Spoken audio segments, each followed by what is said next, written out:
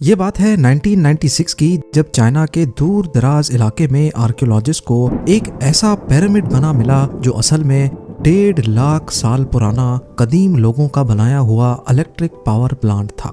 नाजरीन, ये बात हमारी सोच से बढ़कर है कि इलेक्ट्रिक करंट ही जब 17वीं सेंचुरी में इन्वेंट हुआ था, तो फिर लाखों साल पहले कोई इलेक्ट्रिक पावर प्लांट कैसे बना सकता है। ये ऐसा ही है जैसे पेट्रोल की इन्वेंशन से पहले कोई गाड़ी बना ले या फिर टेलीफोन की इन्वेंशन से पहले स्मार्टफोन। आज हम चाइना में हुई 2 ऐसी डिस्कवरीज के बारे में जानेंगे जो पॉसिबल तो सिर्फ आज की दुनिया में है, पर असल में इनको हजारों साल पहले बनाया गया था। सबसे पहले हम बात करेंगे तिब्बत की। टिबेटन प्लेटो हिमालयाज के नॉर्थ में वाक़े चाइना का एक ऑटोनोमस रीजन है। यहाँ दुनिया के ऊंचे तरीन पहाड़ हैं, इसी वजह से अक्सर इसको दुनिया की छत यानी रूफ ऑफ द वर्ल्ड भी कहा जाता है। 1937 में तिब्बत के पहाड़ों पर एक आर्कियोलॉजिकल एक्सपीडिशन हुआ था, जिसको आर्कियोलॉजिस्ट ची पू टाई लीड कर रहे थे। उनको वहाँ एक गार के अंदर से 716 ग्रेनाइट की डिस्क बरामद हुई, जिनमें से ज्यादातर गार के अंदर दफन हुई पड़ी थी। हर डिस्क का डायामीटर 9 इंच था। ये 1 इंच मोटी और उनके ठीक सेंटर में 1 इंच का परफेक्ट सुराख हो रखा था। इन डिस्क की सफाई करने पर मालूम पड़ा कि इनके किनारों पर कुछ ना समझ आने वाले कैरेक्टर्स लिखे हुए हैं। पत्थरों पर कार्व्ड हुए कैरेक्टर्स करीब 12,000 साल पहले लिखे गए थे। पर आर्कियोलॉजिस्ट के लिए सिर्फ ये डिस्क ही हैरत का बायस नहीं बनी। उनको गार के अंदर स्टार्स का एक एडवांस्ड मैप भी बना हुआ दिखा और कुछ छोटी साइज की कब्रें भी, जिनके अंदर इंसानों जैसे छोटे छोटे स्केलेटन्स दफन थे, पर उनके सर जरूरत से ज्यादा बड़े थे।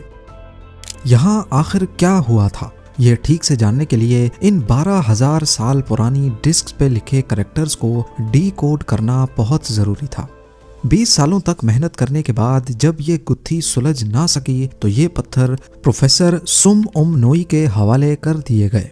प्रोफेसर ने इन पर 4 साल तक रिसर्च की, टिबेटन प्लेटो में रहने वाले कबीलों से मदद मांगी और आखिरकार वो इन कैरेक्टर्स को डीकोड करने में कामयाब हो गए। ये लिखाई यहाँ रहने वाले किसी कबीले ने 12,000 साल पहले लिखी थी। इसमें एक ऐसे एयरक्राफ्ट का जिक्र था जो आसमान से आकर यहाँ पर क्रैश हुआ था।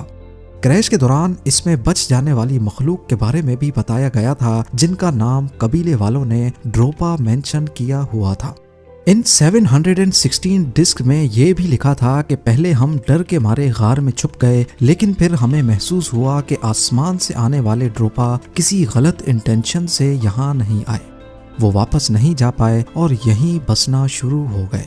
सुम ओम नोई ने अपनी ये रिसर्च 1962 में पब्लिश की, लेकिन इस पर किसी ने ज्यादा अटेंशन नहीं दी। 6 सालों के बाद यही कहानी दोबारा से फैलना शुरू हुई, लेकिन इस बार सोवियत यूनियन में। सोवियत साइंटिस्ट ने इन डिस्क पर जब रिसर्च की तो इनमें कोबाल्ट और दूसरे मेटल्स की क्वांटिटी काफी ज्यादा पाई गई, जो दुनिया में पाए जाने वाले सबसे सख्त मेटल्स हैं। ग्रेफाइट में मौजूद इन तमाम मेटल्स की वजह से डिस्क की नेचर भी काफी सख्त थी और 12,000 साल पहले इस्तेमाल होने वाले टूल्स की मदद से इन पर कार्विंग्स करना पॉसिबल नहीं था। इसके बाद इन स्टोन डिस्क को चाइना के बैम्पो म्यूजियम में रख दिया गया। 1974 में एक ऑस्ट्रेलियन इंजीनियर ने ये म्यूजियम विजिट किया तो उनको स्टोन के बारे में इंफॉर्मेशन देने से मना कर दिया गया।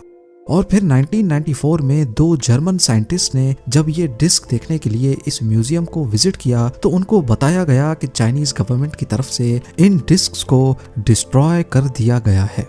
लेकिन सबसे इम्पोर्टेंट सवाल अभी तक वही था कि 12,000 साल पहले अगर इन स्टोन्स पर लिखी गई कहानी वाकई सही से डिकोड हुई थी, तो फिर बच जाने वाले ड्रोपा का क्या हुआ।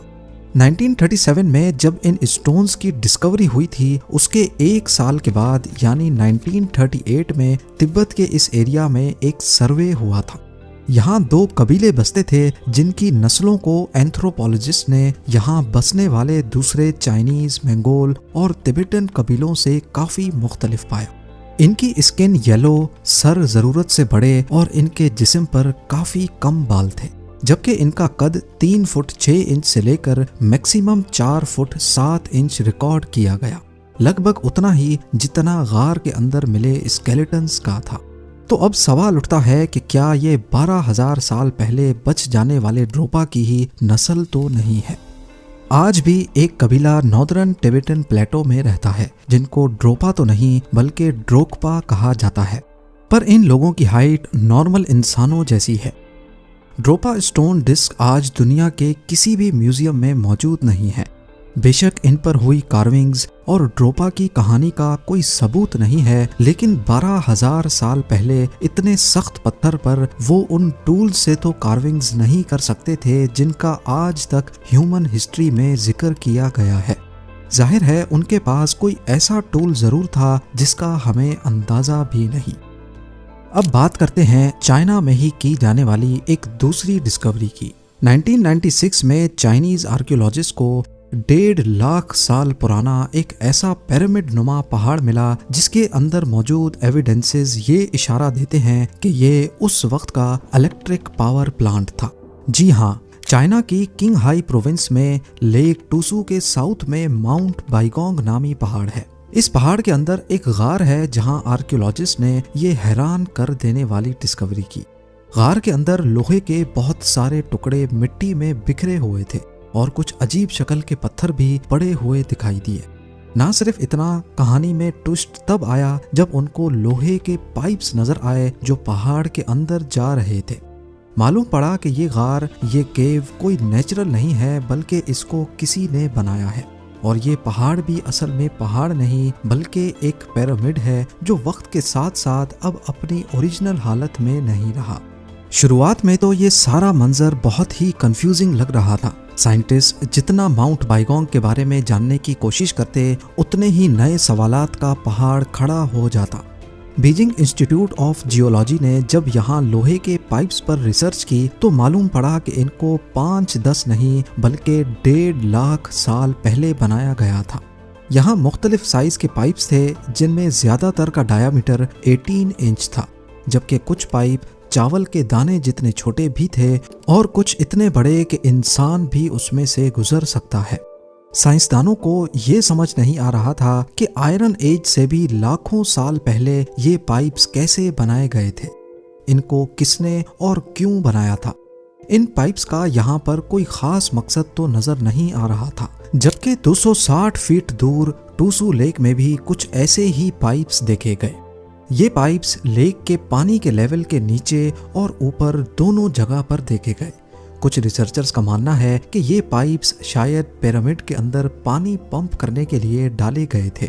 पाइप्स पर मजीद रिसर्च करने से मालूम पड़ा कि इनके अंदर 30% जंग लगा हुआ था, जो इस थ्योरी को साबित करता है कि इसके अंदर से पानी को ही गुजारा जाता था। अब क्योंकि टूसू एक सॉल्ट लेक है, इसी वजह से एक थ्योरी इशारा देती है कि ये पाइप्स इलेक्ट्रोलिसिस के लिए इस्तेमाल किए जाते थे। इलेक्ट्रोलिसिस उस प्रोसेस को कहते हैं जब पानी में से इलेक्ट्रिक करंट को गुजारा जाता है जिससे पानी के मॉलिक्यूल्स ऑक्सीजन और हाइड्रोजन में टूट जाते हैं। इस प्रोसेस में अगर नमक डाल दिया जाए तो इलेक्ट्रोलिसिस का प्रोसेस काफी तेज हो जाता है, क्योंकि सॉल्ट वाटर ज्यादा अच्छा कंडक्टर है और टूसू लेक में ऑलरेडी नमक वाला पानी है। इलेक्ट्रोलिसिस के जरिए से अलग होने वाला हाइड्रोजन बहुत काम आ सकता है। सबसे बढ़कर ये एक फ्यूल के तौर पे भी काम कर सकता है। इसके अलावा पाइप्स के अंदर सिलिकॉन डाइऑक्साइड भी मिला जो कि नॉर्मली कॉर्ड्स के अंदर होता है, और कैल्शियम ऑक्साइड भी जो कि क्विक लाइम कहलाया जाता है। ये बहुत ही कमाल के मटेरियल्स हैं। जैसा कि कॉर्ड्स के ऊपर अगर प्रेशर डाला जाए तो ये इलेक्ट्रिसिटी जनरेट करता है। इसको पीजो इलेक्ट्रिक इफेक्ट कहते हैं। एक्सपर्ट्स का ख्याल है कि 18 इंच मोटे पाइप में से जितना पानी गुजरता होगा उसके वजन से कॉर्ड्स इलेक्ट्रिसिटी जनरेट करता था। याद रहे कि इजिप्ट के पिरामिड्स भी इसी तरह पानी के एक बहुत बड़े एक्वाफर के ऊपर बने हुए हैं। गीजा पिरामिड्स में भी कई जगह से कॉर्ड्स और मेटल के पाइप्स मिल चुके हैं। फेमस साइंटिस्ट निकोला टेस्ला ने भी इन्हीं असूलों की बुनियाद पर वार्डन क्लिफ टावर बनाया था। इस कदीम तरीके को इस्तेमाल करते हुए टेस्ला का मानना था कि वो फ्री इलेक्ट्रिसिटी जनरेट करके उसको दुनिया के किसी भी कोने में भेज सकते हैं। लेकिन जब टेस्ला अपने प्रोजेक्ट को कंप्लीट करने के बहुत करीब थे तो इन्वेस्टर्स ने उनका साथ छोड़कर ऑयल में इन्वेस्ट कर दिया। माउंट बाइगोंग के पाइप्स में जो क्विक लाइम मिला था, ये बेसिकली पानी के साथ रिएक्ट करके हीट प्रोड्यूस करता है, पर जब इसमें से पानी निकाला जाए तो ये वापस अपनी ओरिजिनल हालत में आ जाता है। यानी माउंट बाइगोंग में एक इलेक्ट्रिसिटी प्लांट होने के सारे सबूत मौजूद थे। इसमें मौजूद पाइप्स पानी पंप करने के लिए, कॉर्ड्स जो कि इलेक्ट्रिसिटी बनाता था, ये इलेक्ट्रिसिटी पानी में से हाइड्रोजन और ऑक्सीजन को इलेक्ट्रोलिसिस के जरिए अलग करती थी, क्विक लाइम जो कि पानी के साथ मिलकर प्रेशर जनरेट करता था, ये प्रेशर कॉर्ड्स पर मजीद प्रेशर डालता और ज़्यादा से ज़्यादा इलेक्ट्रिसिटी पैदा हो सकती थी। इन सारी बातों से और माउंट बाइगोंग में मौजूद 1.5 लाख साल पुराने मेटल पाइप से ये अंदाज़ा लगाना मुश्किल नहीं है कि दुनिया में बहुत पहले इंसानों की जो सिविलाइजेशन बसती थी, उनके तौर तरीके और उनकी इंजीनियरिंग टेक्निक्स काफ़ी एडवांस थी, जो अब इतिहास में ही कहीं खो चुकी हैं। उम्मीद है आप लोगों के प्यार भरे कमेंट्स का बेहद शुक्रिया। मिलते हैं अगली शानदार वीडियो में।